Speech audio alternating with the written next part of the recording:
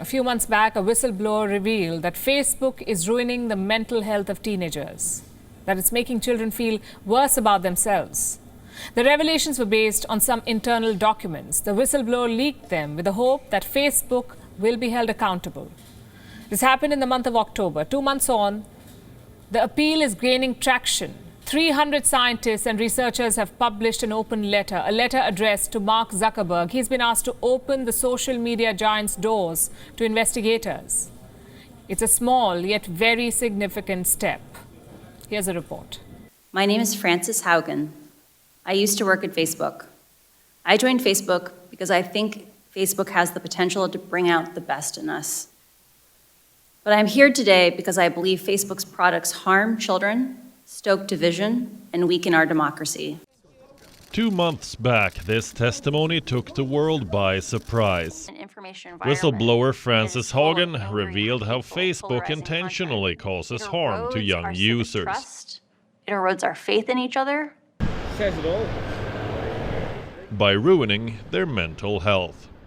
On how it makes teenagers feel worse about themselves, Haugen appealed to the world to hold Facebook accountable for this. I came forward at great personal risk because I believe we still have time to act. But we must act now. 2 months on, her appeal is gaining traction. An international coalition of 300 scientists and academics has published an open letter to Mark Zuckerberg, asking him to open the company's doors to outside researchers who will investigate the effect of Facebook on a teen's mental health. The letter is a direct response to the internal documents released by Frances Haugen. It was published on Monday, and here's what it tells Facebook. You and your organization have an ethical and moral obligation to align your internal research on children and adolescents with established standards for evidence in mental health science. We believe that the methodologically questionable and secretive ways your teams are conducting this important work is misguided and, in its present state, doomed to fail. What this basically means is that the issue at stake is too serious to be kept behind closed doors and should be made available to researchers who can study it independently. The question is, will Facebook agree?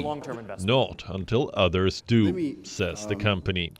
The networking giant feels that the issue of mental health is not limited to Facebook, but is in fact an industry-wide challenge.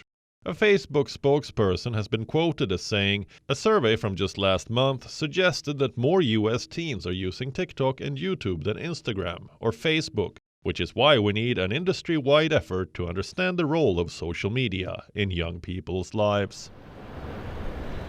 What Facebook is trying to imply here is that it's not the only one with its hands dirty. There are others who should be subjected to such scrutiny too.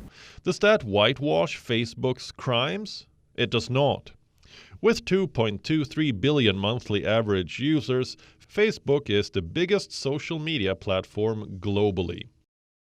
What it promotes impacts the minds of not just Americans, but of people across the world. This makes it a moral obligation for the company to come clean. Shifting the blame on other social media platforms is not going to help its case.